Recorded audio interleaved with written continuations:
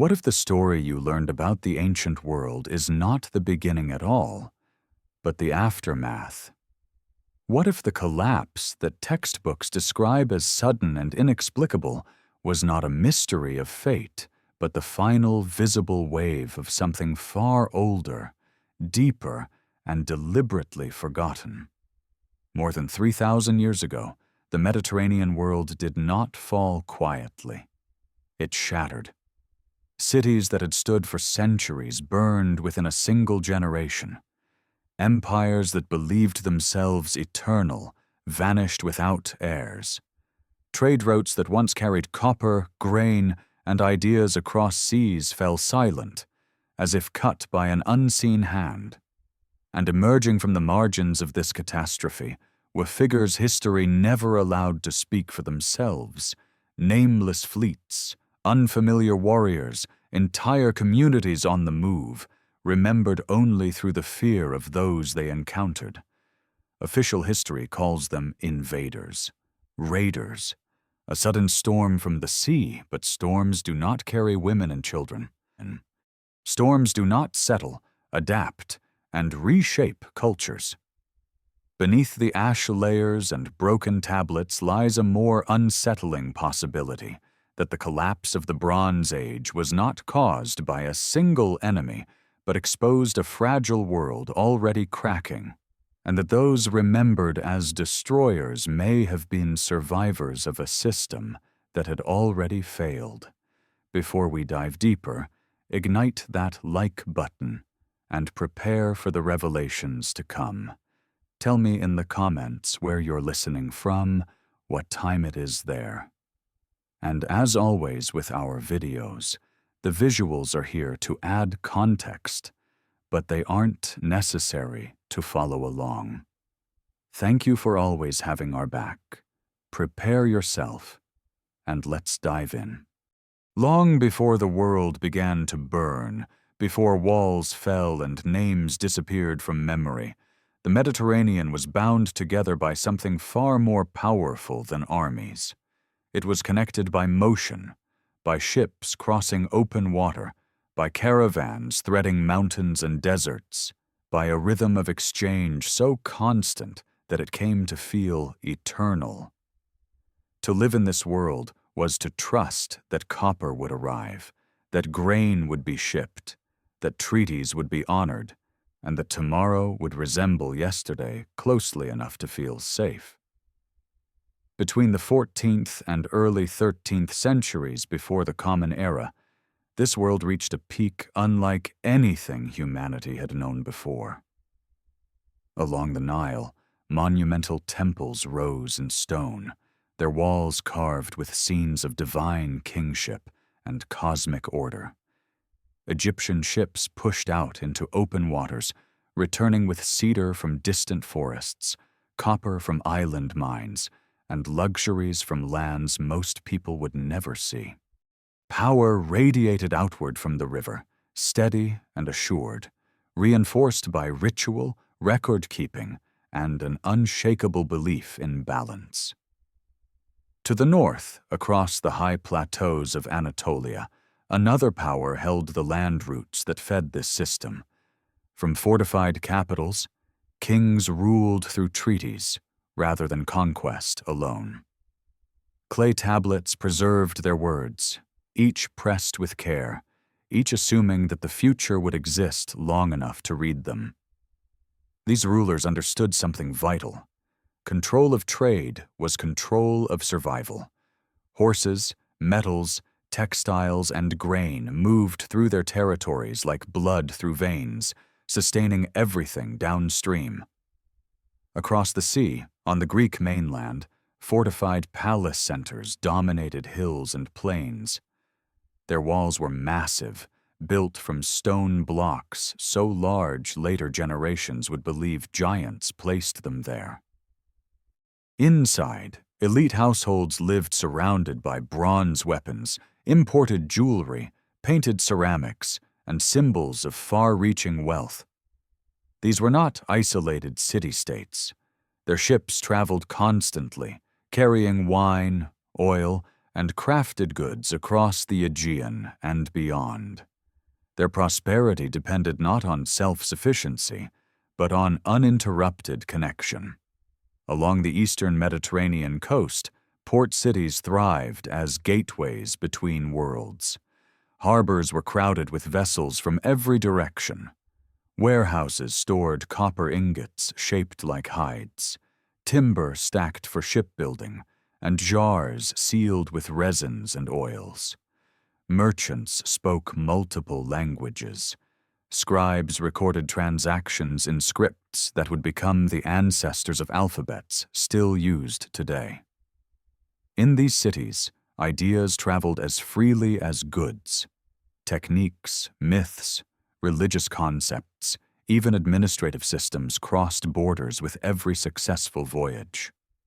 What held this vast system together was bronze, not as a symbol, but as a necessity. Bronze was the backbone of warfare, agriculture, construction, and craft.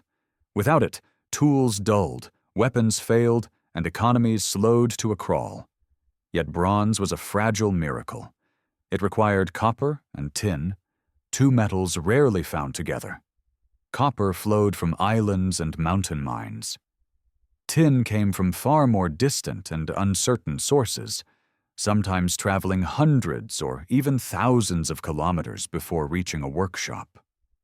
Every sword forged represented trust in a chain of supply that stretched far beyond the horizon. This dependence created a world of astonishing sophistication, but also one of hidden vulnerability. No single kingdom controlled everything it needed. Every major power relied on partners it could not fully command. Diplomacy became as important as defense. Kings exchanged gifts, daughters, and promises, all to keep the system alive. The letters they sent assumed cooperation would continue. They were written in calm, formal language, confident in stability. For ordinary people, this interconnected world brought subtle but real benefits. Better tools meant higher yields from the land.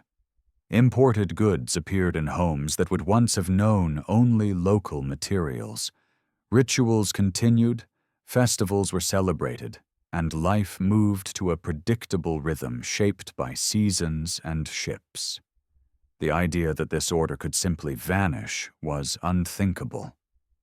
Collapse belonged to the distant past, to mythic ages, not to the present. Yet beneath the surface, cracks were forming.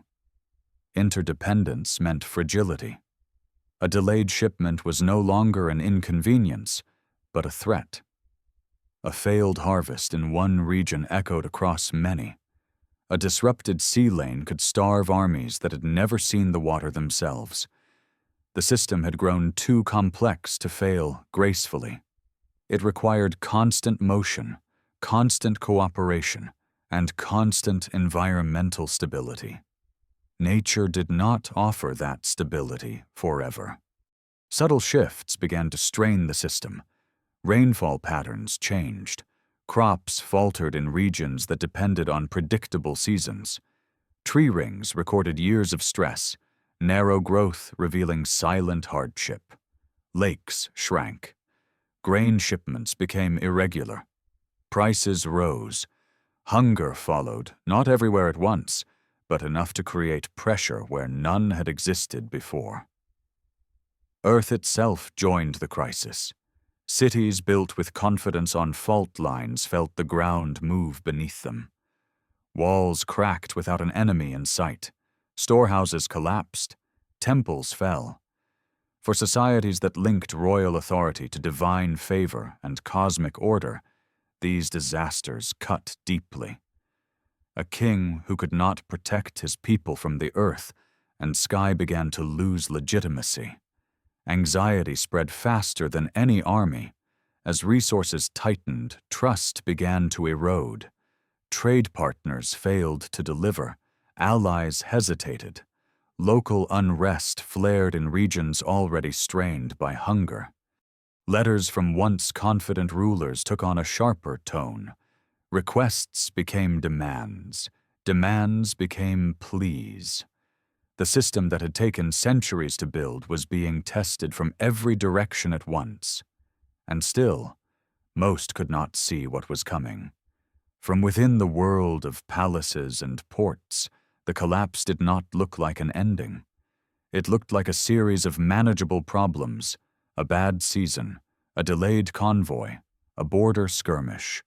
No single event announced the beginning of the end.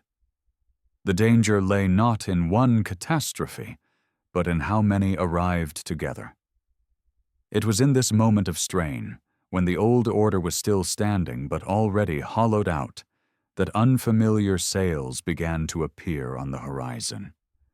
Not yet as conquerors, not yet as destroyers, but as a symptom of movement, of displacement, of people pushed by forces beyond their control into a system that could no longer absorb them. To understand what followed, the burning cities, the vanished kingdoms, the sudden silence of once busy harbors, we must first understand this world at its height. A world of extraordinary connection. A world that believed itself secure. A world whose greatest strength, its interdependence, would soon become the fault line along which it shattered. When the first true signs of collapse appeared, they did not arrive with fire or armies. They arrived quietly, carried by messengers, scratched into clay, whispered between officials who still believed the system could be repaired. The earliest warnings were logistical, not apocalyptic. Ships failed to arrive. Warehouses stood half empty. Expected deliveries of grain, copper, or timber were delayed without explanation. At first, these disruptions were treated as temporary setbacks, the kind any complex system occasionally endured. But the delays multiplied. Routes that had functioned reliably for generations became unpredictable. Ports once crowded with foreign hulls watched the horizon remain empty for weeks at a time. In palace centers, scribes recorded inventories shrinking instead of growing. Military officials began to ration bronze. Farmers were asked to surrender surplus grain that no longer existed. What had once been abundance now felt thin, stretched, and brittle. Climate played an invisible but decisive role. Modern evidence etched into ice cores, lake sediments, and ancient trees reveals a pattern of prolonged drought spreading across the eastern Mediterranean and Near East during this period. Rainfall declined over decades, not years. Rivers ran lower. Fields yielded less. For societies built on surplus extraction, even a modest reduction in agricultural output triggered cascading consequences. Hunger weakened labor forces. Weakened labor meant fewer harvests. The cycle fed on itself. In regions already marginal, the pressure became unbearable. Communities that had lived on the edge of sustainability for generations found themselves with no buffer left. Entire villages abandoned exhausted land, moving toward coasts, river valleys, and cities rumored to still have food. These migrations did not happen in neat columns. They unfolded as waves of families, animals, and possessions, moving along roads never meant to carry so many. Earthquakes compounded the crisis. Archaeological layers show simultaneous destruction across cities separated by vast distances. Walls collapsed inward. Floors buckled. Entire neighborhoods were flattened without signs of battle. These were not isolated events. They struck within the same narrow window of time, adding shock to scarcity. For populations already anxious, the ground itself seemed to turn hostile. The psychological impact was profound. Authority in the Bronze Age was not merely political, it was cosmic. Kings ruled because the universe allowed it. When temples cracked and cities fell without human enemies, that belief faltered. People began to question whether the old powers could still protect them. Loyalty thinned, order frayed. Trade, once the glue holding everything together, began to unravel. Merchant ships avoided dangerous waters. Crews deserted. Pirates, some opportunistic, others desperate, preyed on weakened routes. Insurance did not exist. One lost vessel could ruin an entire household or city administration. As risks grew, trade slowed. As trade slowed, shortages worsened. The feedback loop tightened. The collapse was not uniform. Some regions held longer than others. Some cities adapted briefly, imposing stricter controls, fortifying walls, stockpiling supplies. But these measures were reactive, not transformative. They treated symptoms, not causes. The underlying problem remained. The system demanded stability in a world that no longer provided it. Nowhere is this more vividly preserved than in the letters written during these final decades. Clay tablets recovered from coastal cities reveal a striking shift in tone. Earlier correspondence had been ceremonial, filled with gifts, compliments, and diplomatic formalities. But the later messages speak a different language. They describe fear, urgency, desperation. Kings write not as distant rulers, but as men under siege by forces they cannot name or control. In some letters, rulers beg allies for grain. In others, they warn of unidentified ships appearing offshore. There are reports of refugees flooding the countryside, of soldiers unpaid, of defenses undermanned. Requests go unanswered. Appeals echo into silence. The assumption of mutual support collapses alongside the trade routes that once enforced it. One coastal city stands as a haunting example. Once a hub of commerce, literacy, and culture, it maintained extensive archives documenting every aspect of its life. In its final days, its scribes recorded panic, enemies at sea, supplies cut off, calls for reinforcements that never arrived. When archaeologists uncovered these tablets, many were still positioned as if ready to be sent, frozen in the moment of interruption. The city fell before the messages could leave. This pattern repeats across the region. Capitals abandoned, palaces burned, administrative systems dissolved almost overnight. What is striking is not merely the destruction, but the absence of recovery. In earlier eras, cities rebuilt. Here, many did not. They were left as ruins, their populations scattered, their names fading from memory. Into this vacuum stepped new actors, groups not bound to the old treaties, communities already displaced, already mobile, already armed. They did not create the collapse, but they moved through its open wounds. They exploited instability not out of strategy alone, but necessity. When survival depends on motion, standing still becomes deadly. These groups traveled by sea because the land routes were already saturated with migrants and conflict. Ships became vehicles not just of trade, but of escape. Families boarded them alongside warriors. Livestock was loaded beside weapons. These were not raiding parties alone. They were moving societies, searching for places where the old order had failed, but new ground could still be claimed. To those watching from fortified walls, they appeared as invaders. To the scribes who recorded their arrival, they were nameless and terrifying. Their languages were unfamiliar. Their equipment looked different. Their motives were impossible to read through the lens of collapsing bureaucracy. Fear filled the gaps where understanding failed. What the record preserves is therefore incomplete by design. It shows us the collapse as experienced by those losing power, not by those forced to move. It captures the terror of arrival, not the desperation of departure.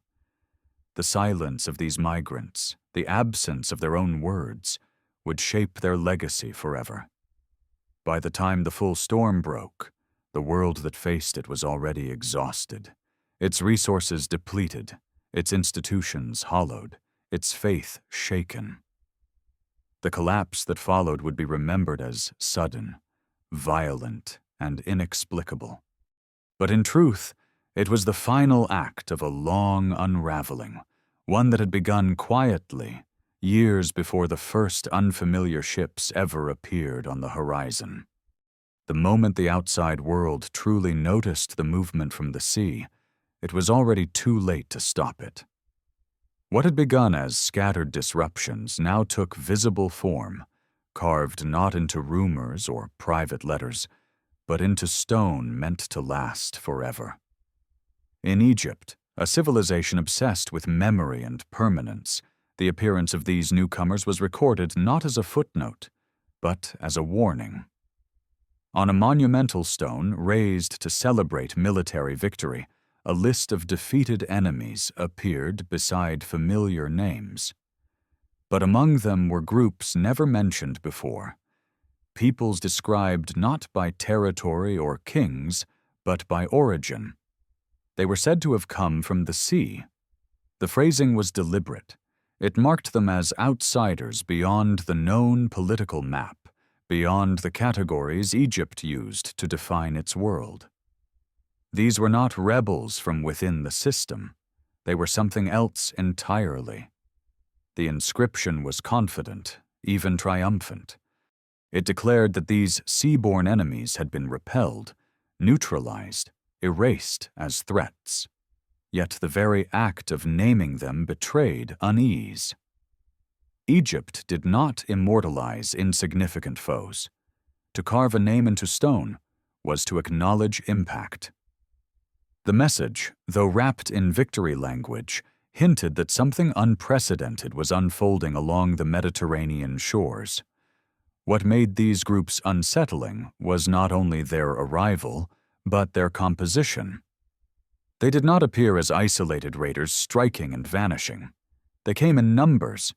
They moved with purpose. And most troubling of all, they traveled with families. Women, children, wagons, animals, possessions. This was not the behavior of mercenaries or pirates seeking quick profit. This was migration under pressure. Within a generation, the phenomenon escalated. Along Egypt's northern frontier, defensive preparations intensified. Coastal watchposts were reinforced. River mouths were guarded. The state mobilized fleets not just for patrol, but for containment. Reliefs carved into temple walls depict a confrontation unlike earlier wars.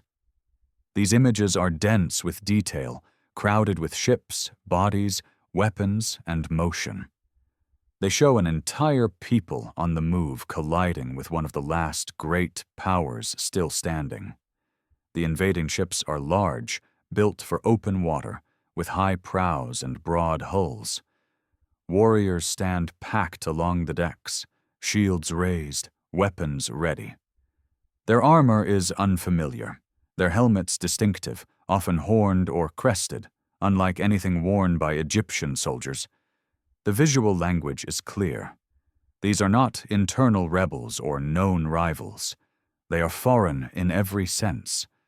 But what arrests the eye is not just the warriors. Behind them, on land, carts roll forward carrying families and supplies. Children cling to adults. Livestock is herded forward. This is not a raid. It is a relocation enforced by desperation. The reliefs capture a moment where survival and conquest blur into the same act. Egypt's response was calculated and ruthless. The terrain was used as a weapon. The invaders were funneled into narrow waterways where their numerical advantage became a liability. Archers lined the banks. Infantry waited at choke points. Ships were trapped, disabled, boarded. The river itself became a grave. Bodies and broken vessels litter the carved scenes, frozen in stone as proof of domination. The official narrative declares total victory. The enemies were driven back. None survived to tell the tale. Order was restored. But history rarely conforms to official inscriptions. Beneath the rhetoric lies a different truth. Even in victory, Egypt was changed. Its northern territories weakened, its influence beyond its borders diminished. The cost of defense drained resources already strained by internal pressures. And while Egypt survived, others did not. Across the eastern Mediterranean, cities fell in rapid succession. Some were burned, others abandoned. Many were never rebuilt. The pattern is unmistakable. Destruction layers appear almost simultaneously across regions once tightly linked by trade and diplomacy. Whatever force was moving through the system, it moved faster than any alliance could respond. In some places, the newcomers settled. Archaeological layers reveal abrupt cultural shifts. New pottery styles appear overnight. Architecture changes. Diets shift. Burial customs evolve. These are not signs of occupation by a ruling elite alone. They indicate entire populations taking root. In these regions, the invaders became neighbors. Over time, enemies became inhabitants. Elsewhere, the impact was annihilation. Administrative centers collapsed. Writing systems vanished. Economies reverted to subsistence. The sophisticated palace networks that had coordinated trade, labor, and defense disintegrated. Without them, cities lost their reason to exist. People scattered into smaller, more defensible communities. The world shrank. The groups remembered as coming from the sea were not uniform. The names preserved in inscriptions suggest diversity, different equipment, different fighting styles, different settlement patterns. This was not a single nation acting under a single command. It was a coalition formed by circumstance, united by movement rather than identity. Some may have been seasoned warriors, others former farmers driven from failed land, others still opportunists navigating chaos. What bound them together was the collapse itself. As the old world failed, mobility became power. Those who could move survived. Those tied to fixed systems perished with them. Ships became lifelines. Violence became negotiation. Settlement followed destruction like a shadow. The tragedy of the record is that we hear only one side. The voices preserved are those of kings defending borders, of scribes recording loss, of monuments celebrating resistance. The migrants themselves left no written testimony. They carried their history in memory, not stone. When they settled, they adapted.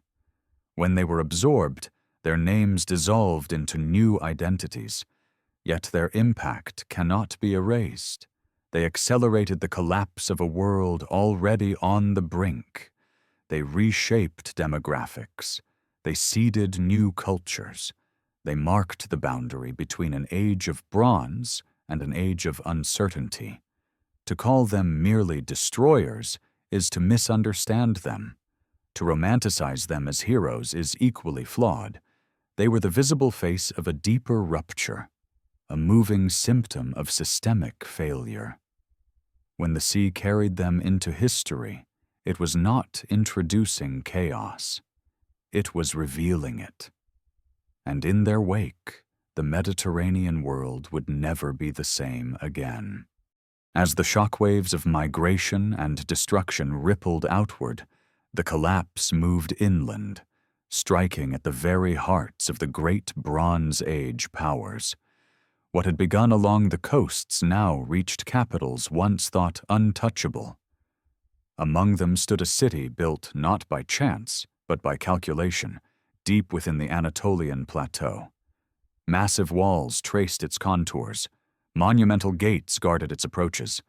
Archives filled with tens of thousands of clay tablets recorded treaties, laws, rituals, and wars.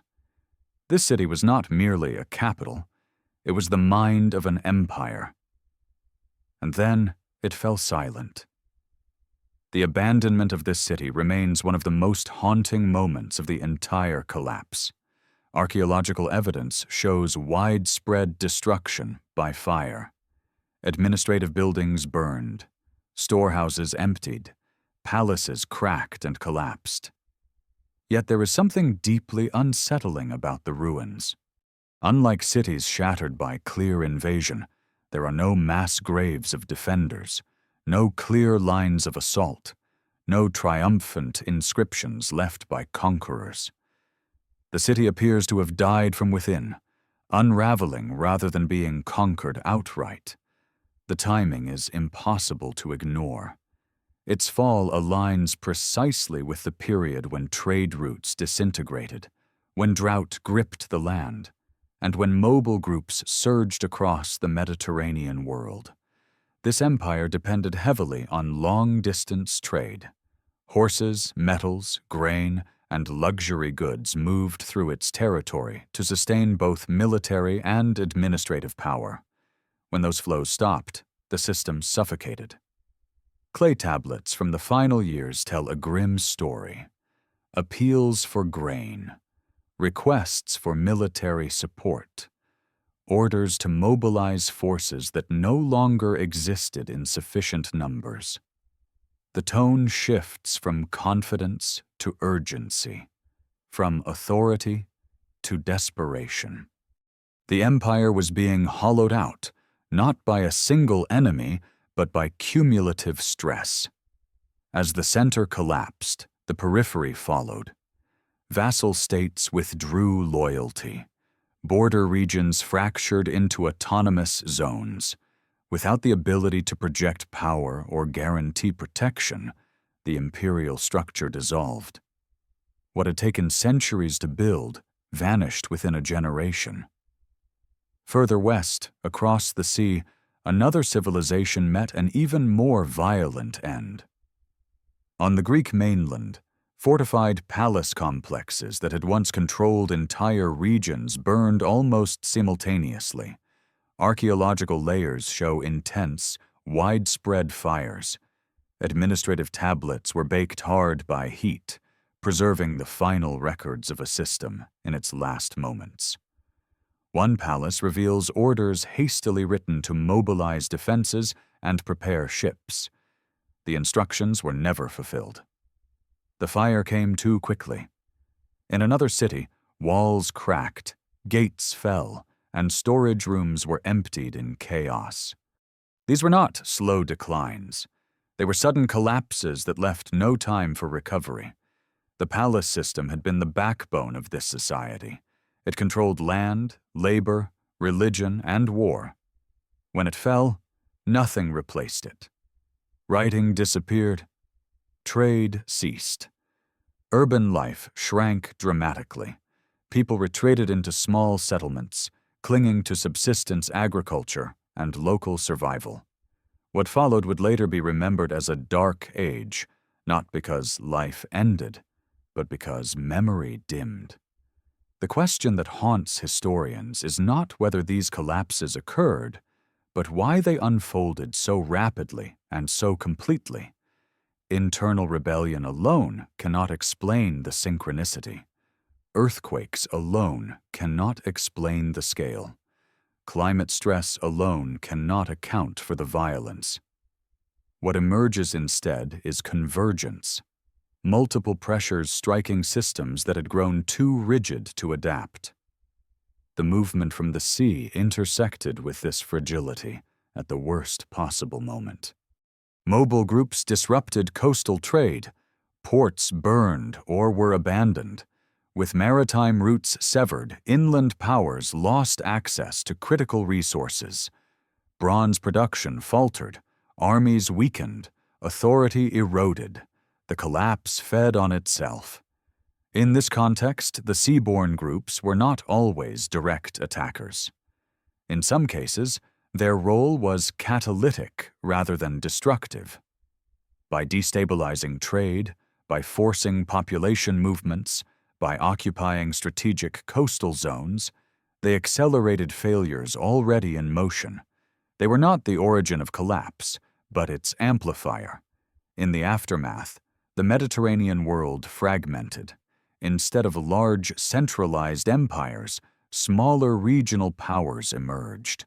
Authority became local. Identity shifted from imperial allegiance to tribal, communal, or territorial bonds. New cultures formed in the spaces left behind, blending old traditions with new influences brought by migrants. This transformation is especially visible along the eastern Mediterranean coast. Here, archaeological layers reveal continuity alongside change. Cities were rebuilt, but differently. New architectural styles appeared. Pottery traditions shifted. Diets evolved. These were not mere replacements, but syntheses. The newcomers adapted to their environment, and the environment adapted to them. What is striking is that while some of these migrant groups disappeared from the historical record, others endured, reshaping the region for centuries. Their legacy survived not in monuments, but in material culture, language shifts, and genetic traces. The collapse erased names, but not people. Looking back, it becomes clear that the end of the Bronze Age was not a single event, but a process. A long unraveling punctuated by moments of violence and sudden abandonment. It was a systemic failure brought on by overdependence, environmental instability, and the inability to adapt quickly enough to cascading crises. The sea did not create this collapse. It revealed it. By carrying displaced populations into contact with brittle systems, it exposed the limits of imperial power and the fragility of interconnected worlds. The burning cities and abandoned capitals were not anomalies. They were symptoms. And in the silence that followed, a new world began to take shape. One less centralized, less predictable, more resilient in some ways, more precarious in others. The age of palaces and bronze had ended. What came next would be defined not by grand empires, but by survival, memory, and adaptation in the shadow of a world that had burned itself out. By the time the fires faded and the great palace centers lay empty, the Mediterranean world had crossed an invisible threshold. What remained was not simply a damaged version of the old order, but something fundamentally altered. The systems that had once coordinated labor, trade, belief, and power were gone, and nothing comparable rose immediately to replace them. In their absence, people were forced to reimagine survival from the ground up. Across former imperial territories, life contracted inward. Without centralized storage and redistribution, communities could no longer rely on distant surpluses. Food was grown, stored, and consumed locally. Fields were smaller. Herds were guarded closely. The rhythm of life slowed, becoming more seasonal and more vulnerable to the environment. The abundance promised by long-distance trade had vanished, replaced by cautious self-reliance. Bronze, once the foundation of power, became increasingly scarce. With tin routes severed and copper production disrupted, metal tools were reused endlessly. Broken blades were reforged. Old weapons were reshaped into farming implements. In some areas, experimental ironworking appeared, not as a revolutionary breakthrough, but as a desperate adaptation. Iron was difficult to smelt and inferior in quality at first, but it was local. It did not depend on distant alliances or fragile supply chains. Urban centers shrank dramatically. Former cities fractured into clusters of habitation surrounded by abandoned districts. Grand public spaces fell silent. Administrative buildings decayed. Writing, once essential to managing complex economies, disappeared from everyday life in many regions. Not because people lost intelligence, but because writing had been a tool of bureaucracy, and bureaucracy no longer existed at scale. Memory returned to oral tradition, carried through stories, rituals, and shared experience. Yet this was not a time of universal despair. Beneath the surface, adaptation was underway. Smaller communities proved more flexible. Without rigid hierarchies, decision-making became immediate and practical. Leadership was earned through protection, resourcefulness, and trust rather than inherited authority. Power became personal, grounded in survival rather than ideology. For the groups who had arrived by sea, this new landscape offered both opportunity and risk. Some had already settled along the coasts, occupying territories abandoned during the collapse. Others moved inland, merging with local populations. Over generations, distinct identities blurred, languages blended, customs fused. The memory of migration softened into ancestry. In certain coastal regions, the archaeological record shows the emergence of new cultural patterns that cannot be traced directly to earlier local traditions. Housing styles reflect maritime influences. Pottery bears shapes and decorative elements previously seen across the Aegean. Diets reveal a preference for foods associated with seafaring communities. These features appear suddenly, then evolve organically, suggesting not conquest, but settlement followed by adaptation. What is striking is how quickly these newcomers became rooted.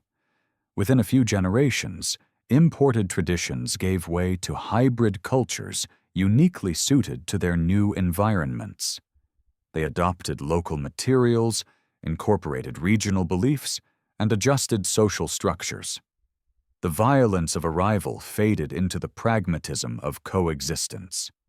Elsewhere, the collapse left deeper scars. Regions that had depended most heavily on centralized control struggled to reorganize. Without palace systems to coordinate irrigation, defense, and storage, populations dispersed.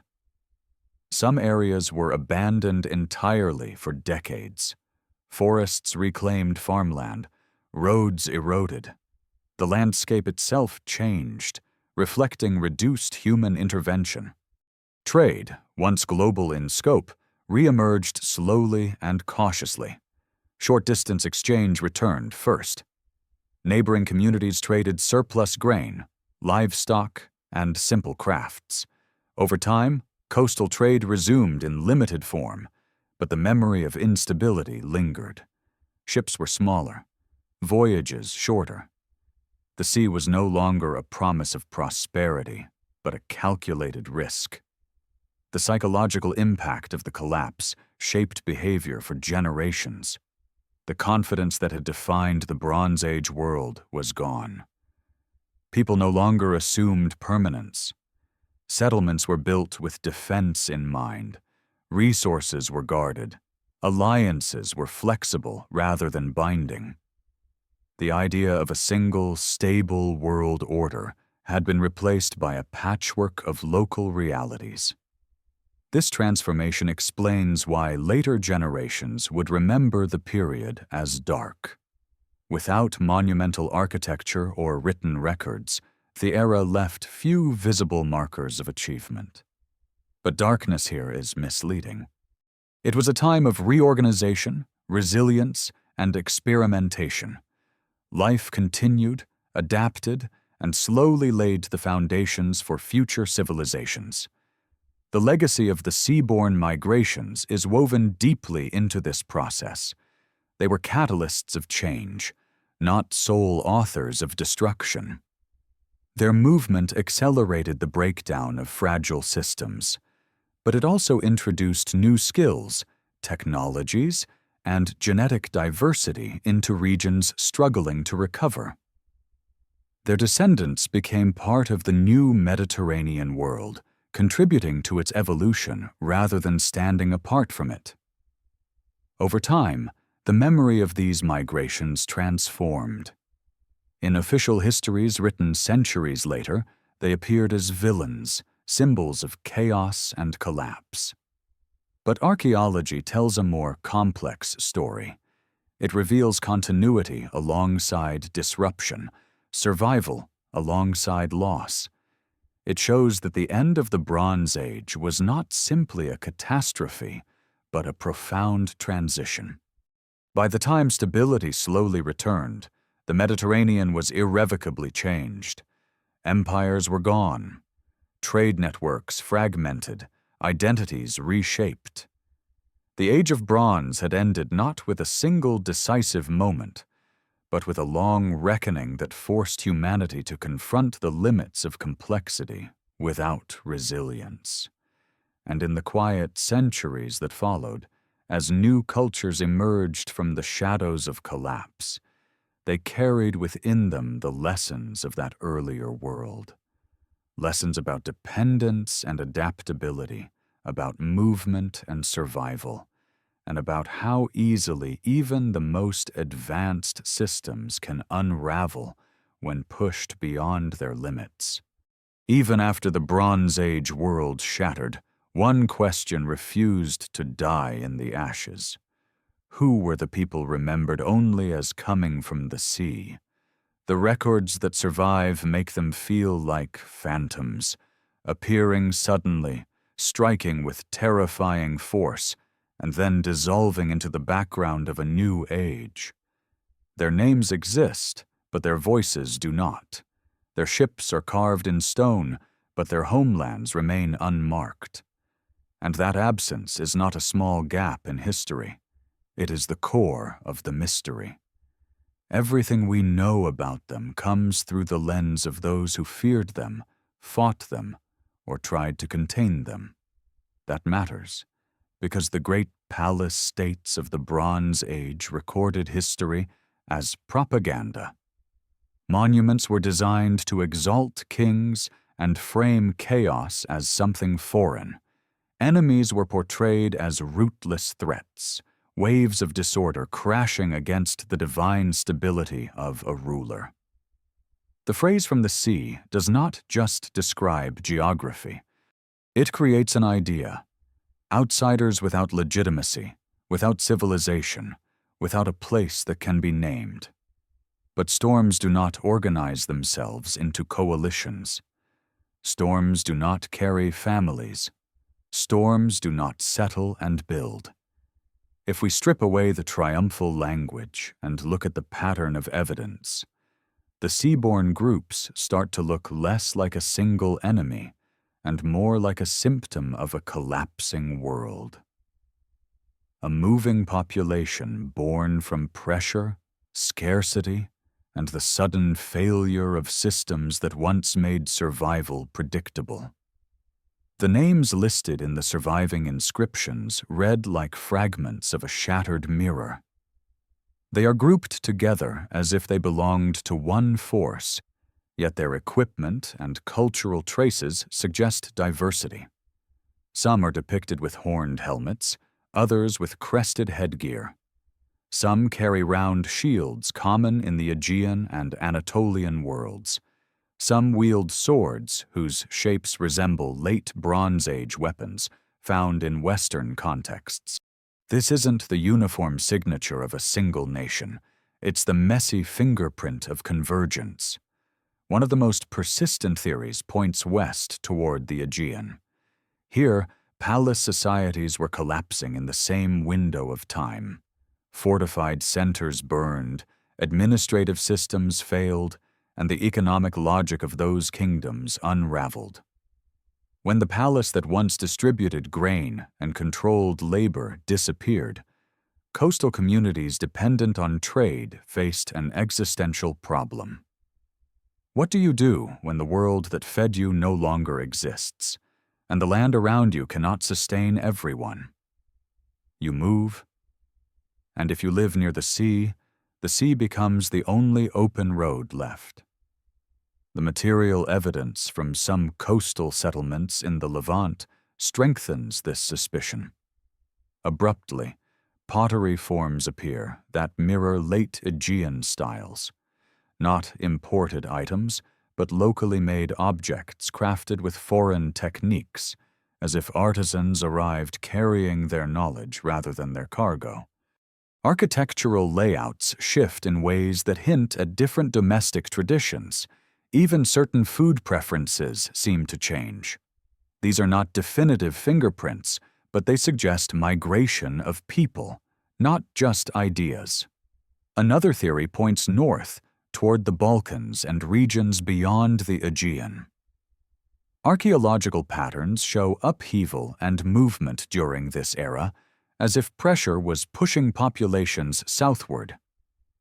Climate instability does not respect borders, and neither does hunger.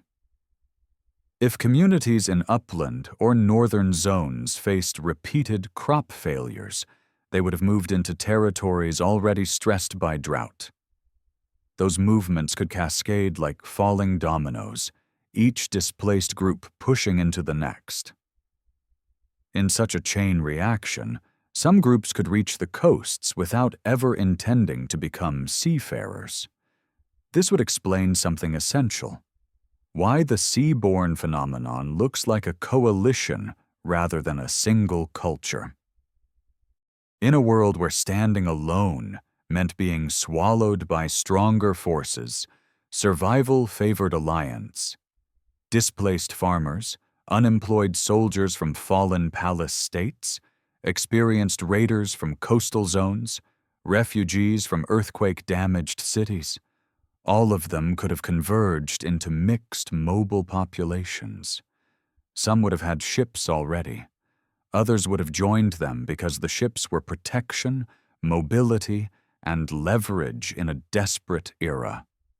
Anatolia adds another layer. The coasts of Anatolia had long histories of seafaring and conflict, and as imperial control weakened inland, coastal power balances shifted. When central authority breaks, piracy flourishes, not only as crime, but as economy. Raiding becomes a way to feed people.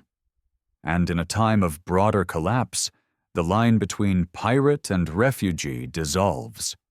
A ship that raids one season may be carrying families the next.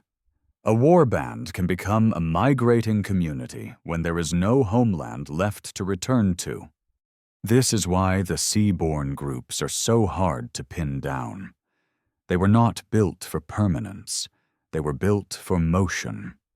Their identity, as recorded by their enemies, may have been an umbrella label for multiple waves, multiple alliances, multiple desperate decisions made under pressure. Even the fact that women and children appear in battle reliefs changes everything. It suggests these were not campaigns with clear political goals, but migrations colliding with resistance. When you bring your household across the sea, you are not merely seeking loot. You are seeking land, stability, and a future. And then comes the greatest obstacle of all, the absence of their own writing. Palace civilizations wrote because they had to. Administration required accounting, taxation, treaties, inventory. Mobile coalitions do not function that way. When your world is unstable and your survival depends on speed, permanence becomes a liability. You cannot defend archives on the move. You cannot maintain temples and bureaucracies while crossing hostile terrain and contested waters. Their history lived in spoken memory, not in clay tablets. When they settled, Their stories merged into local narratives and vanished as distinct traditions. The result is a brutal asymmetry.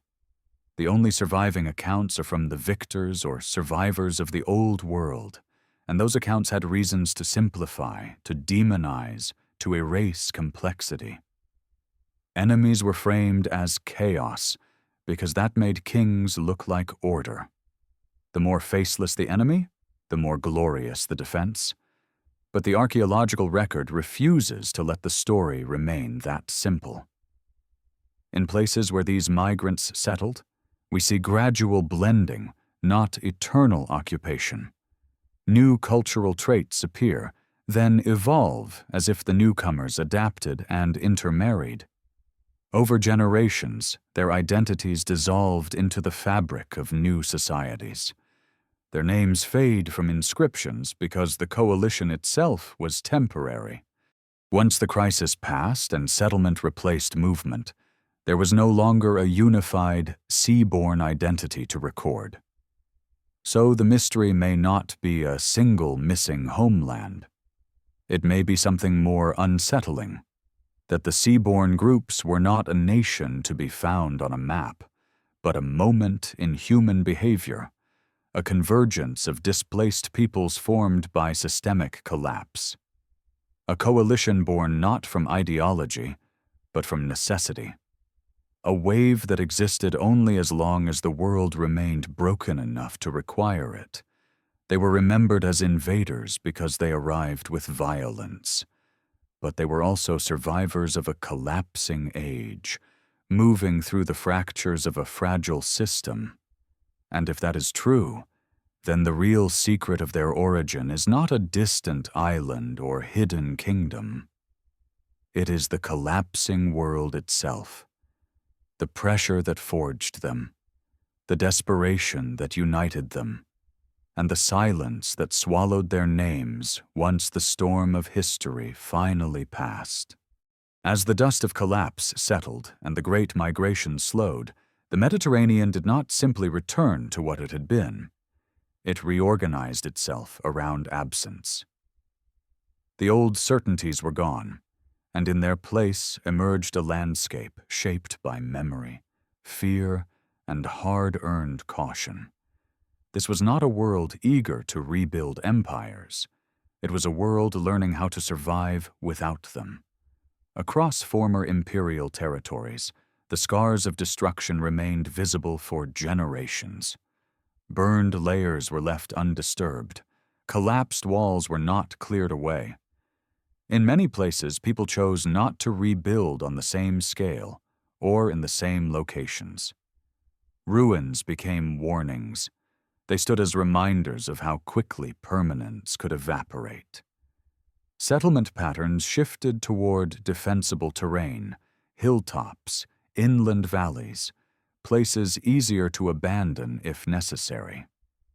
The social fabric transformed just as profoundly as the physical landscape.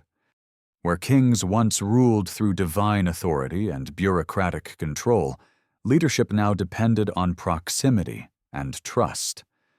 Power became local.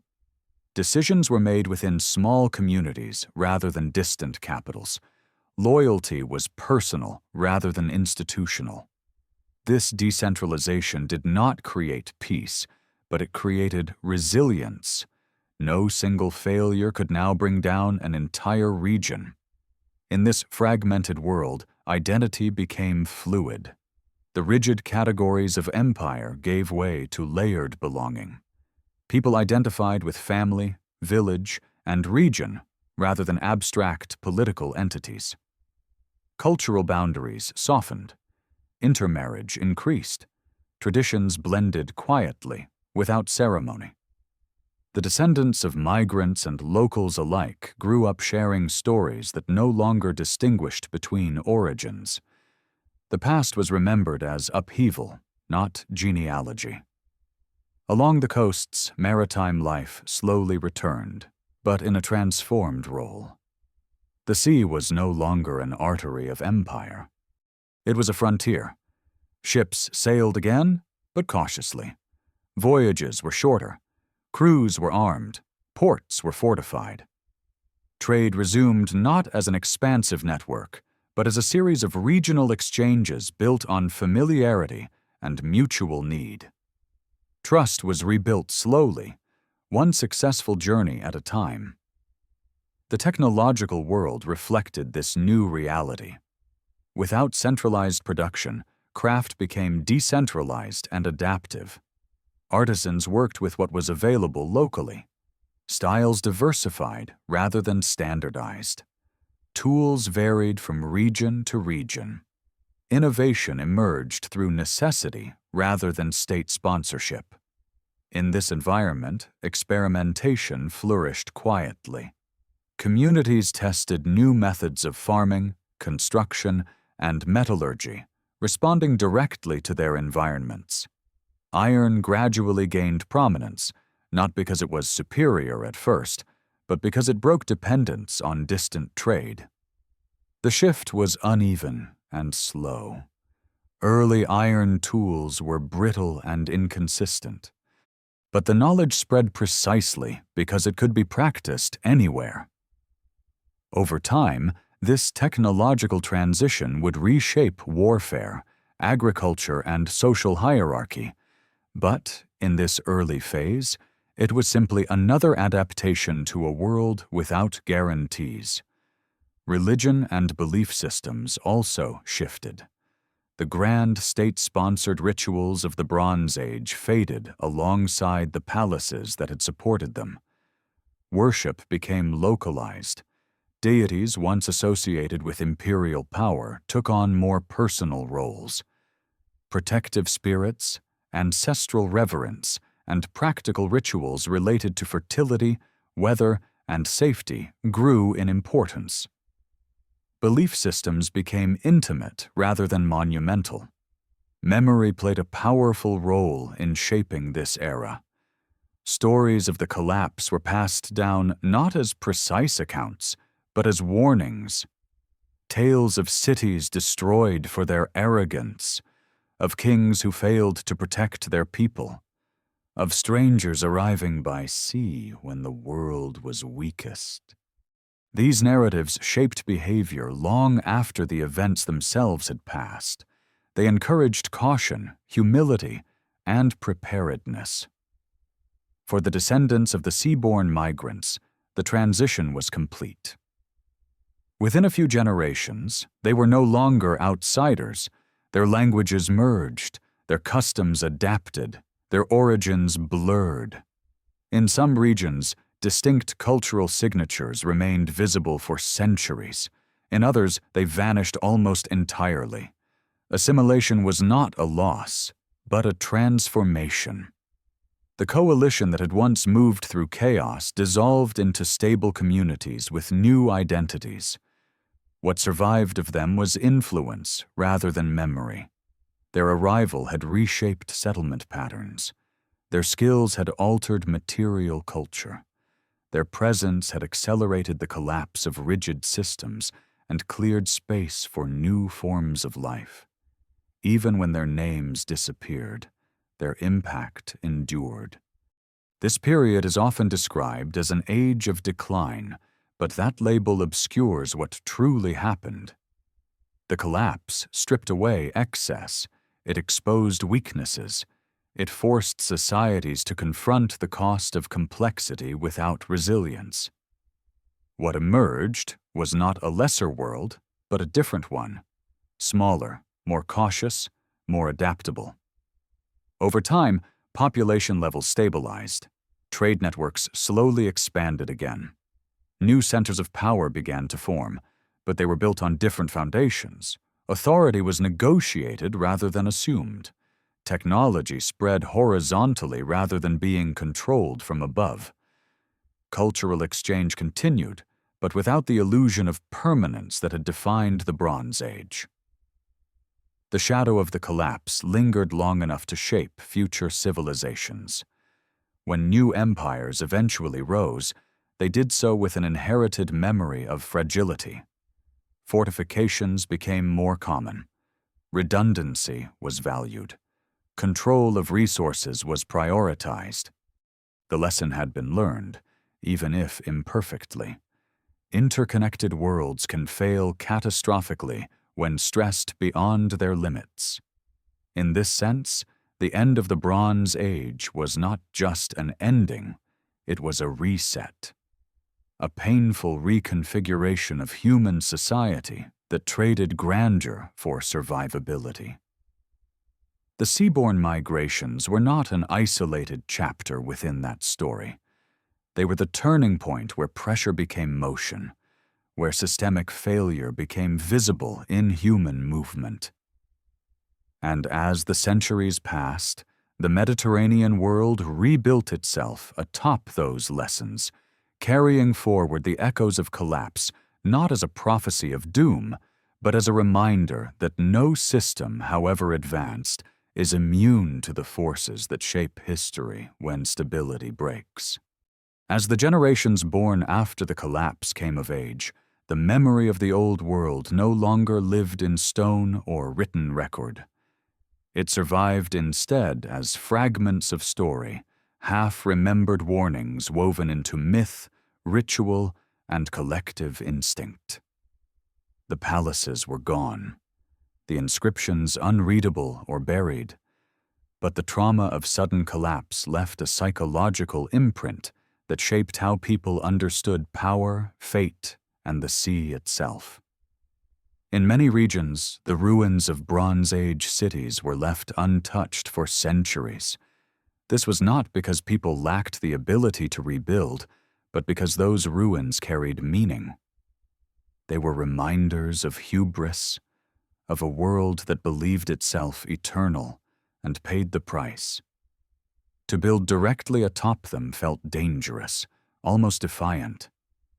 Instead, new settlements appeared nearby, smaller and more cautious, as if keeping a respectful distance from the ghosts of the past. The sea, once celebrated as a source of wealth and connection, took on a darker character in cultural memory. It remained a provider of food and a route for travel, but it was no longer trusted blindly. Stories passed down through generations spoke of ships appearing without warning, of strangers arriving when defenses were weakest, of a tide that brought both opportunity and destruction. These were not historical accounts, but emotional truths shaped by lived experience. This shift in perception influenced behavior. Coastal communities invested heavily in watchfulness. Lookouts, fortifications, and early warning systems became common features of settlements near the water. The sea was treated as a threshold rather than an open invitation. Engagement replaced openness. Preparedness replaced confidence. Mythology absorbed these experiences and transformed them. Across the Mediterranean and Near East, stories emerged of lost golden ages, of catastrophic floods, of divine punishment, of wandering peoples and fallen cities. While these myths differ in detail, they share a common emotional core. A world once ordered, then suddenly broken. Scholars would later debate their origins, but their persistence reveals how deeply the collapse had scarred human consciousness. In these stories, the invaders often lose their human complexity and become symbols. They are giants, monsters, or agents of divine will. The sea becomes a boundary between order and chaos. These narratives are not records of events, but reflections of how societies processed trauma without written history. They allowed people to explain loss without reliving it directly. At the same time, the descendants of the migrants who once arrived by sea were fully integrated into the New World. Their origins were no longer spoken of as foreign. They belonged to the land they farmed, the towns they defended, the rituals they practiced. What had once been a temporary coalition born of desperation dissolved completely into new identities. History remembered their arrival, but forgot their names. This forgetting was not accidental. It was necessary. Societies emerging from collapse rarely preserve the identities of those associated with chaos. Blame simplifies healing. Complexity prolongs pain. And so the seaborne groups were flattened into a single memory: invaders who ended an age. The reality that they were also refugees, settlers, and survivors faded from collective awareness. Archaeology, centuries later, would begin to challenge that memory. Layers of habitation told stories that myths could not. They revealed continuity where tradition spoke only of destruction. They showed that life resumed quickly in many places, that trade returned, that cultures blended rather than vanished. These findings do not erase the violence of the collapse, but they restore its human dimension. The long-term consequences of this era extended far beyond the immediate aftermath. Political thought evolved. The idea that centralized power was inherently stable lost credibility. Future societies placed greater emphasis on defense, redundancy, and control of resources. Leaders were expected not only to command, but to protect in tangible ways. Failure carried a heavy stigma rooted in remembered catastrophe. Economic systems also changed. Trade resumed cautiously, often accompanied by safeguards and alliances designed to prevent total dependence on a single route or partner. The memory of broken supply chains lingered, shaping decisions long after the reasons were forgotten. Resilience became an unspoken value. Even writing, when it re-emerged, carried traces of the collapse. New scripts and traditions appeared, often simpler and more flexible than those of the Bronze Age. Record-keeping returned gradually, adapted to societies that no longer assumed permanence. History became something to preserve, not something taken for granted. The legacy of the seaborne movements is embedded within all of this. They were the visible face of a deeper failure, the moment when pressure became motion and fragility became undeniable. They forced the ancient world to confront its limits, not through ideology or philosophy, but through lived experience. By the time new civilizations rose to prominence, the events of the collapse had receded into the distant past. Yet their influence remained. It shaped how people built cities, how they waged war, how they understood the sea, and how they imagined the end of worlds. The Bronze Age did not simply end. It echoed forward, shaping the contours of everything that followed. And in that echo, the shadow of those who came by sea still lingers, not as conquerors alone, but as a reminder that history is often moved not by empires at their height, but by people forced to move when those empires fail. As time pushed the collapse further into the past, the Mediterranean entered a phase where the consequences of that upheaval became clearer than the event itself. What historians would later call recovery was not a return, but a reinvention. The world that slowly emerged no longer resembled the tightly bound system that had once stretched from palace to palace.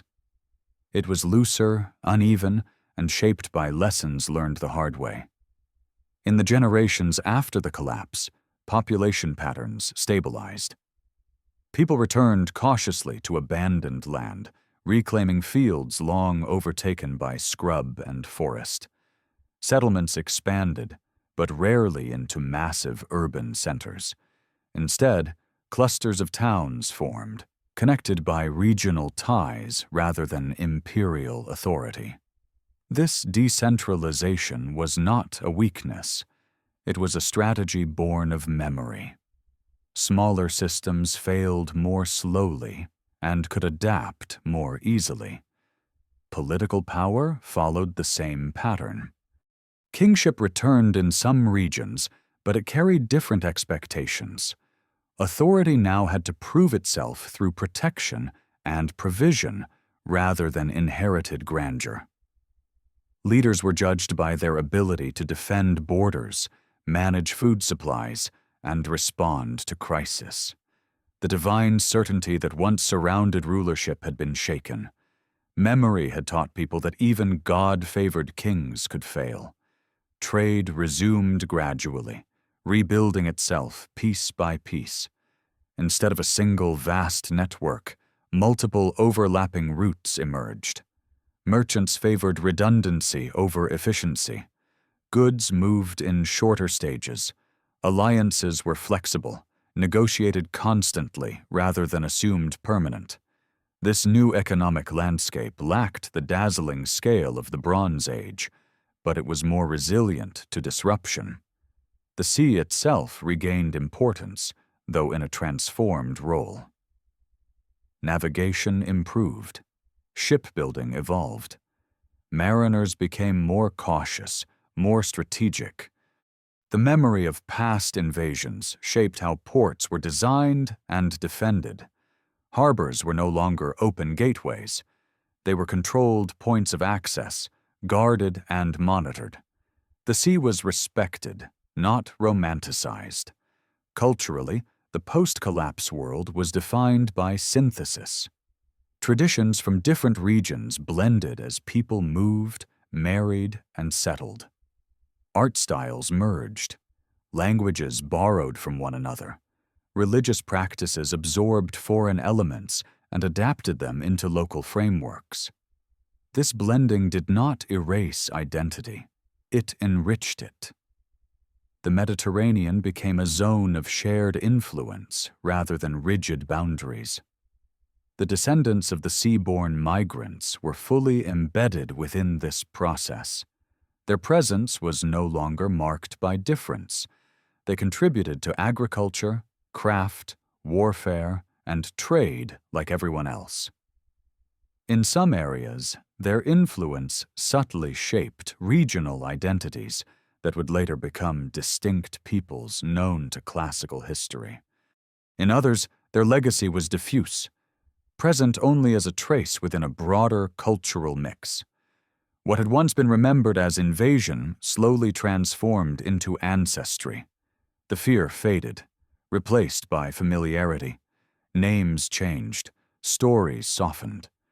Over time, the idea of a single wave from the sea became a simplified narrative used to explain a complex past. History prefers clean explanations, even when reality is tangled. Technological change accelerated in this environment. Ironworking improved steadily, spreading through networks of craftspeople rather than royal decree. Farming techniques adapted to new climates and population levels. Fortifications became more common and more sophisticated, reflecting an understanding that stability required preparation rather than assumption.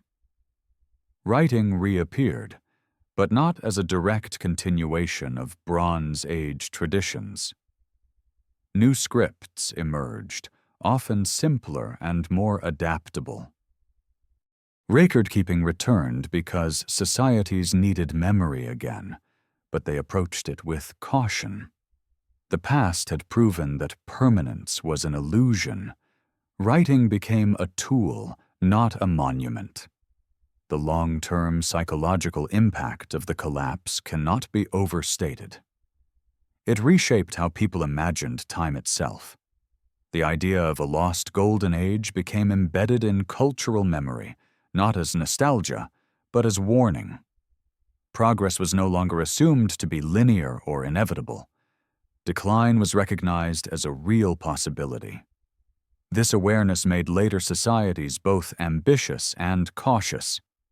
In this sense, the Bronze Age collapse functioned as a collective trauma that permanently altered the Mediterranean mindset. It taught that interconnected systems can magnify failure as easily as success, that prosperity can create fragility, that movement, when forced by desperation, can overturn even the most powerful structures. The seaborne movements sit at the center of this lesson. They were not the sole cause of collapse, but they revealed its depth. They exposed how brittle the old world had become. They demonstrated that when systems fail, people do not disappear. They move, adapt, and survive, often reshaping the world in the process. By the time classical civilizations began to rise centuries later, the collapse had become a distant echo rather than a living memory. Yet its influence persisted in architecture, politics, and myth. Cities were planned with defense in mind. Trade was diversified. Power was balanced more carefully. The shadow of collapse lingered even when its details were forgotten. What history ultimately preserves is not the full truth of those who came by sea, but the transformation they helped set in motion. They marked the boundary between two worlds, one defined by centralized grandeur and assumed stability, the other by adaptation, resilience, and cautious growth. And as the Mediterranean rebuilt itself from the fragments of that ancient disaster, it carried forward a quiet understanding forged in crisis, that history is not only made by those who rule, but by those who move when the world they depended on breaks apart. When the long arc of this story finally comes into focus, what remains is not a single villain, a single invasion, or a single moment of collapse, but a pattern that feels uncomfortably familiar. The Bronze Age world did not end because it was weak. It ended because it was too successful in building a system that demanded constant stability in a reality that could not provide it forever. The civilizations of that age had achieved something extraordinary. They had created an interconnected world where ideas, materials, and people moved across vast distances with surprising efficiency. Diplomacy replaced constant warfare. Trade bound distant cultures together. Specialization allowed societies to flourish beyond subsistence. For a time, it worked so well that it began to feel permanent. That illusion would prove fatal. The collapse revealed a truth that history often hides behind dates and names. Complexity amplifies both strength and vulnerability. The more interconnected the system became, the less room it had to fail safely. When climate shifted, when harvests faltered, when earthquakes struck, when trade routes broke, the system had no shock absorbers. Pressure did not dissipate. It transferred, multiplied, and eventually exploded outward in human movement. Those remembered as coming from the sea were not the cause of that failure. They were its consequence made visible. They were pressure given motion. Hunger, displacement, and desperation turned into fleets, migrations, and conflict. They did not arrive to end a world that was stable. They arrived at the moment when that world had already lost its balance. What makes their story so unsettling is not their violence, but their familiarity. They were not monsters. They were people reacting to collapse with the tools available to them. Ships replaced roads. Weapons replaced treaties. Movement replaced stability. In that sense, they were neither heroes nor villains. They were survivors navigating a system that had stopped protecting them. The silence they left behind is just as telling as the destruction attributed to them. They built no monuments because monuments belong to those who expect permanence. They wrote no histories because history requires stability. Their legacy survived instead in subtle forms, in blended cultures, altered technologies, and new social arrangements that grew quietly from the ruins. Over time, later civilizations simplified their memory. History prefers clarity. It prefers causes that can be named and blamed. A wave of invaders is easier to understand than a network of failures spanning climate, economy, politics, and belief. And so the seaborne movements were flattened into a single narrative, a storm that ended an age. But archaeology and careful reconstruction tell a deeper story. They show continuity where tradition remembers only rupture. They reveal adaptation where myth speaks of annihilation. They remind us that even in collapse, humanity reorganizes itself rather than vanishing. The Mediterranean that emerged from the Bronze Age collapse was not inferior to what came before. It was different, less centralized, more cautious, more locally resilient. It traded spectacle for survivability. And from that quieter foundation, new cultures would eventually rise, carrying forward both the achievements and the warnings of the past. The lessons embedded in this story extend far beyond antiquity.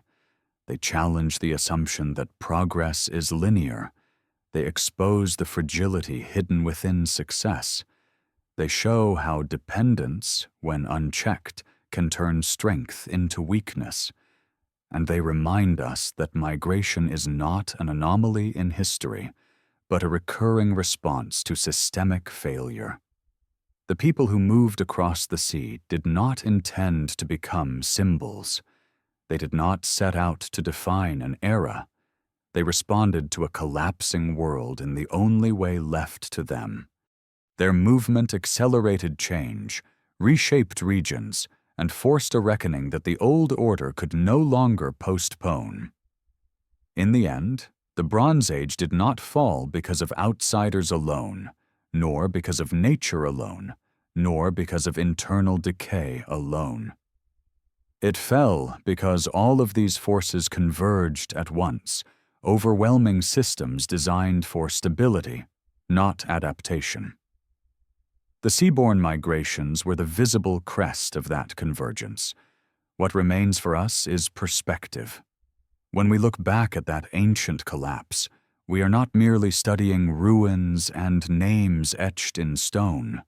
We are studying the behavior of complex societies under extreme stress. We are watching how humans respond when the structures they rely on fail them. And in that mirror, it is difficult not to recognize elements of our own world. The story of those who came by sea is not just a mystery of the past.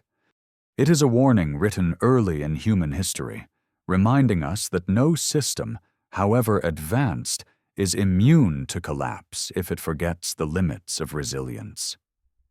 History does not repeat itself exactly, but it echoes. And the echoes of the Bronze Age still travel quietly beneath the surface of our modern world. That is why this story endures. Not because it offers a simple answer, but because it refuses to. It leaves us with a deeper understanding that history is shaped not only by those who rule, but by those who move when the world they depend on breaks apart.